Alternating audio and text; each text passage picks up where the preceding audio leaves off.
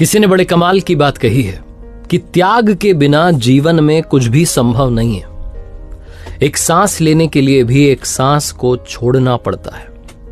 नमस्ते दोस्तों, मेरा नाम है आरजे कार्तिक। तिब्बत की एक कथा है, बड़ी फेमस कहानी है।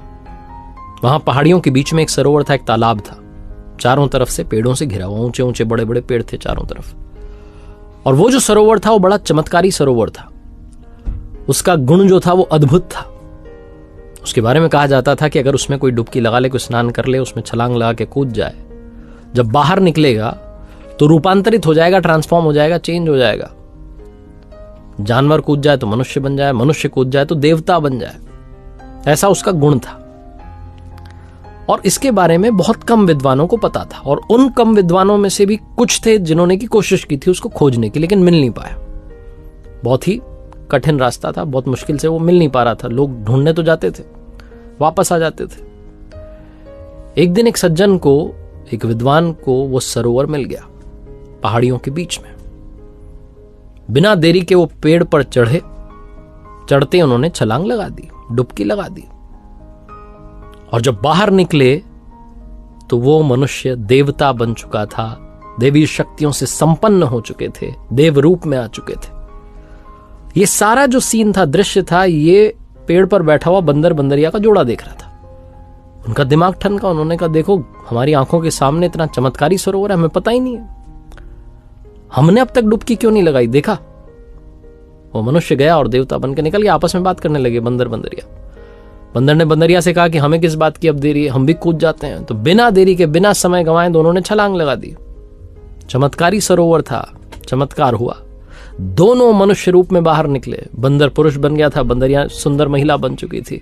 दोनों एक दूसरे को निहार रहे थे और कह रहे थे, क्या बात है, हमारी आंखों के सामने इतना बड़ा सरोवर, हमें पता ही नहीं है कि इसमें इतना कमाल का गुण है। बंदर के मन में एक बात और आई। बंदर ने कहा, सुनो अब एक काम और करते हैं, मनुष्य तो बन ही गए, एक बार और छलांग लगाते हैं, अब की बार देवता बन के निकलेंगे। बंदरिया जो कि सुंदर नारी बन चुकी थी, उसने कहा, अरे सुनो, रहने दो, इतना काफी, इतना मिला बहुत ठीक है। हमारे तो पुरखों ने कहा है कि अति सर्वत्र वर्जित, ठीक नहीं है। लेकिन बंदर मानने वाला नहीं था। उसने कहा, तुम पागल हो चुकी हो, तुम छोड़ो, मैं जा रहा हूं, तुम्हें चलना है तो आ जाओ, मैं छलांग लगाने वाला हूं। बंदर ने कहा, नहीं, मैं तो नहीं चलने वाली। बंदर जो था वो पहुंचा पेड़ पर, जो मनुष्य रूप में था, कूदा सरोवर के अंदर, छलांग लगाई। लेकिन अब की बार जब बाहर निकला तो फिर से बंदर बन चुका था। जो बंदरिया सुंदर महिला बन चुकी थी, उससे किसी राजा ने विवाह कर लिया, वो रानी बन चुकी थी। जो बंदर वापस बंदर बन चुका था, उसको एक मदारी पकड़ के ले गया और राजा के दरबार में लेके आया, खेल दिखाने के लिए। बंदर ने देखा सामने जो उसकी बंदरिया थी वो रानी बनकर सिंहासन पर बैठी थी। बंदर चाह करके भी कुछ नहीं कर पा रहा था। बंदरिया ने बस, जो रानी बन चुकी थी, उसने बस एक ही बात कही बंदर से कि आगे कभी लालच मत करना, ज्यादा की इच्छा मत करना। जीवन में त्याग बहुत इंपॉर्टेंट है।